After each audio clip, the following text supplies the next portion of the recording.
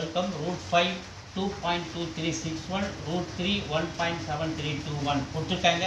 அவங்க கேட்குறது 1 by root 5 minus root 3. So இந்த மாதிரி கொடுத்தாங்கன்னா மைனஸ் சைன் ப்ளஸ் சைனை மாற்றி மேலே கீழும் கான்ஜுகேட் எடுங்க. இப்போ root 5 plus root 3 by root 5 plus root 3.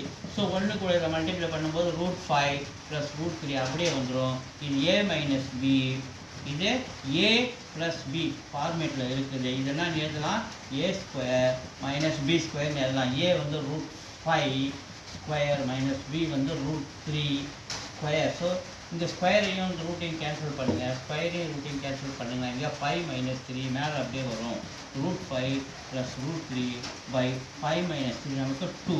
So root 5 plus root 3க்கு வேல்யூ இங்கே இருக்குது. root 5 root 3க்கு வேல்யூ ரெண்டுத்தையும் ஆட் பண்ணி அப்படியே கொண்டு போடலாம். 2 இது 8 6 9.3.